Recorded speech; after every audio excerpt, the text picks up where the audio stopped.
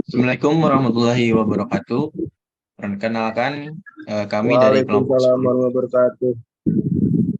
Kami dari kelompok 10 akan mempresentasikan uh, Mazhab Tarjih Muhammadiyah. Sebelumnya perkenalan dulu, saya Rijik Ihsanuddin sebagai moderator dan ada Reza Septiana, Mas Reza, dan Galih Ardianto mungkin lagi berhalangan hadir, dan ada Muhammad Fahrul Ilham. Nah, kami ini akan memaparkan. Yang pertama akan saya jelaskan mengenai pengertian dari Mazhab Tarjih. Mazhab Tarjih secara harfiah berarti melakukan tarjih. Dalam pengertian istilah Mazhab Tarjih, Muhammadiyah tidak sekedar cara Muhammadiyah mentarjih. Kemudian dalam ilmu usul fiqh, tarjih berarti melakukan penilaian terhadap dalil-dalil syar'i yang secara jahir tampak saling bertentangan atau evaluasi terhadap pendapat-pendapat atau kaul. Fikih untuk menentukan mana yang lebih kuat. Kemudian setelah dilakukan tarjih dapat ditentukan mana dalil atau kaul yang tarjih yang kuat dan mana dalil atau kaul marjuh lemah, pengertian mazhab tarjih. Nah, kemudian pembahasannya selanjutnya akan dipaparkan oleh contoh tarjih itu oleh Mas Reja. Kepadanya dipersilakan.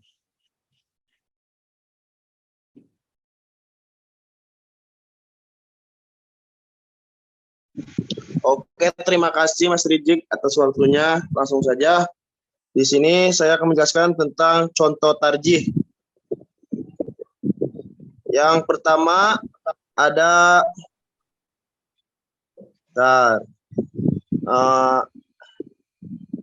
ini harapnya kurang ini ya. An Aisyata qalat ijaja wajal hitanul khotana faqad wahabal gusla fa'altuhu ana wa Rasulullah sallallahu alaihi wasallam fagsalna, yang artinya dari Aisyah dia berkata, apabila hitan laki-laki melewati hitan perempuan maka wajib mandi. Saya melakukannya bersama Rasulullah sallallahu alaihi wasallam, lalu kami mandi. Hadis riwayat Muslim. Lebih kuat daripada hadis di sini yaitu ada an Abi Sa'idin Hudri an Nabi sallallahu alaihi wasallam annahu qala innamal ma min ma'i, riwayat Muslim. Dari Sa'id Al-Hudri dari Nabi sallallahu alaihi wasallam, beliau bersabda, air hanya dari air. Maksudnya kewajiban mandi hanya jika keluar mani. Hadis riwayat Muslim. Sanad yang rawinya lebih mengerti peristiwa, misalnya sebagai pelaku peristiwa atau melihat peristiwa secara langsung, lebih kuat daripada rawi yang lain. Next. Oke, selanjutnya Mas Gali ini sudah dimulai ya, tolong dimatikan itunya. Kemudian ya karena Mas Gali sudah masuk, kemudian penjelasan selanjutnya akan dipaparkan oleh Mas Reja. Masih Mas Reja ya? Ya. Ya. Kemudian ada tarjih dalam Muhammadiyah. Pada awalnya dalam organisasi ini tarjih dipahami memperbandingkan dalam suatu permusyawaratan pendapat-pendapat dari ulama, baik dari dalam ataupun dari luar. Muhammadiyah termasuk pendapat imam-imam, untuk kemudian mengambil mana yang dianggap mempunyai dasar dan alasan yang lebih kuat. Yang kedua, dalam perkembangannya, tarjih tidak lagi diartikan sekedar kegiatan menguatkan suatu dalil atau memilih di antara pendapat yang sudah ada, melainkan juga melakukan ijtihad atas masalah-masalah yang baru yang belum ditemukan jawabannya dalam kitab-kitab fikih lama. Tarjih dalam Muhammadiyah. Next. Selesai Mas Reja. Kemudian selanjutnya ada unsur-unsur mazhab tarjih antara lain akan dipaparkan oleh Mas Ilham.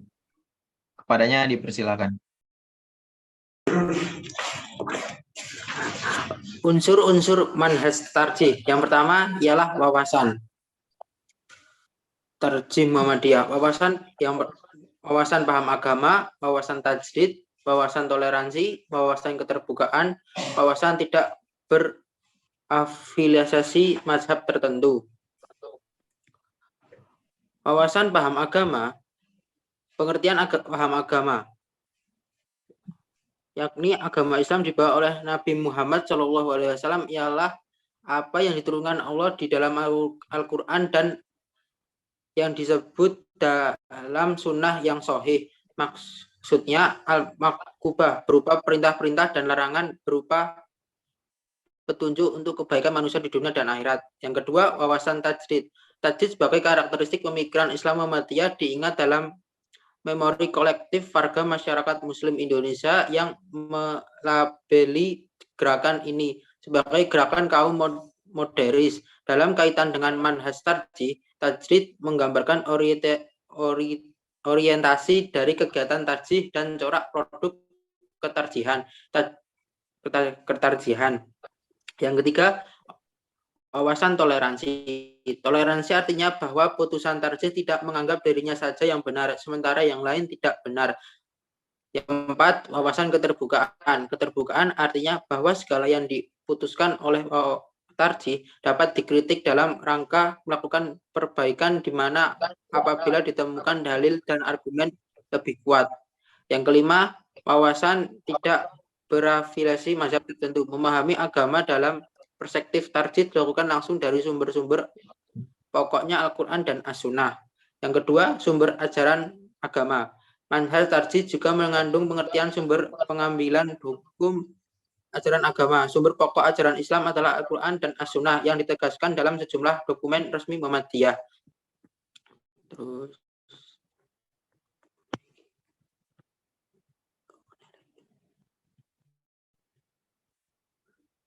yang ketiga, masalah mursalah. Dalam fatwa tarjih juga telah digunakan antara mengenai fatwa tentang keharusan dilakukan penceraian di depan sidang pengadilan. Yang keempat, yang ketiga, pendekatan. Dalam putusan tarjih tahun 2000 di Jakarta dijelaskan bahwa pendekatan dalam ijtihad Muhammadiyah menggunakan pendekatan bayani, burhani, dan irfani.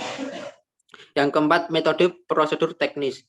Pertama, asumsi metode. Metode adalah langkah-langkah prosedur dalam proses pemanfaatan sumber guna menemukan suatu petunjuk agama.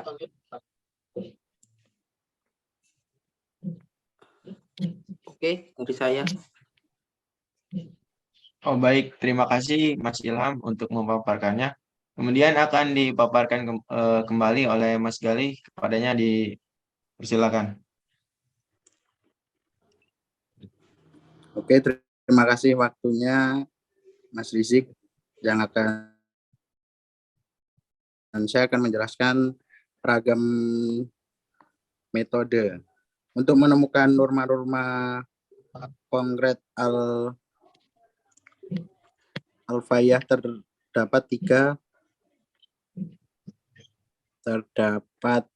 bentar Mas Rizik. Ya, siap.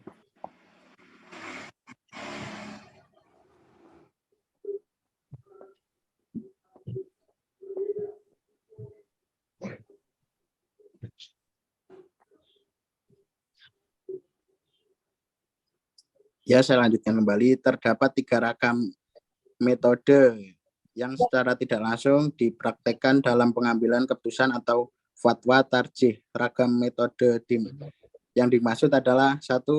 Ragam metode bayani atau metode interpretasi. Istilah ini tidak sama dengan istilah bayani dalam pendekatan sebagaimana dalam uraian tentang pendekatan adalah suatu metodinertasi yang ditunjukkan untuk menjelaskan nas-nas yang sudah ada. Ragam ini digunakan untuk menangani kasus-kasus yang sudah terdapat nas langsung mengenainya.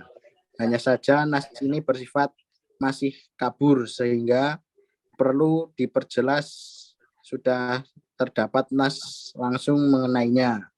Hanya saja nas ini bersifat masih kabur sehingga perlu diperjelas. Yang kedua adalah ragam metode kausasi digunakan untuk memecahkan masalah yang tidak terdapat nas langsung mengenainya. Prosesnya dilakukan dengan cara mengenai kausa baik efisien maupun finansial yang dapat memberikan landasan bagi hukum kasus tersebut. Yang ketiga adalah metode sinkronisasi digunakan untuk menemukan ketentuan hukum bagi kasus-kasus yang untuknya terdapat dalil-dalil yang saling bertentangan. Oke, Mas Dik, yang slide selanjutnya.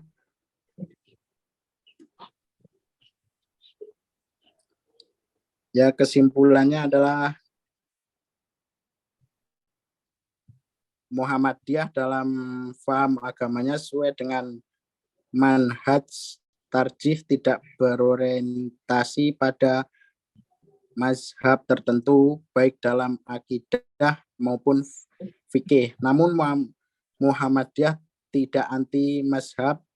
Masa bagi Muhammadiyah menjadi bahan telaah bila dalil yang digunakannya rajih atau berdasarkan Al-Quran dan As-Sunnah Al-Mubulah.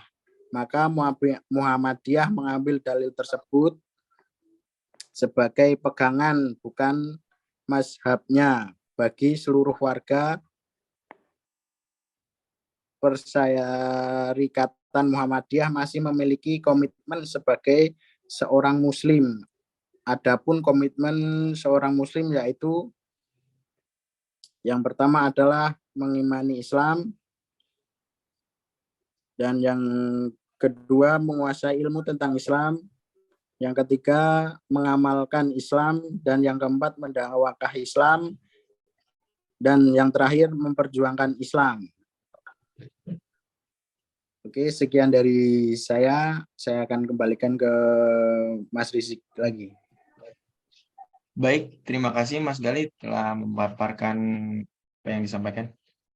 Mungkin itu saja yang dapat kelompok kami sampaikan. Mohon maaf atas kekurangannya. Sekian dari kelompok kami. Wassalamualaikum warahmatullahi wabarakatuh. Waalaikumsalam.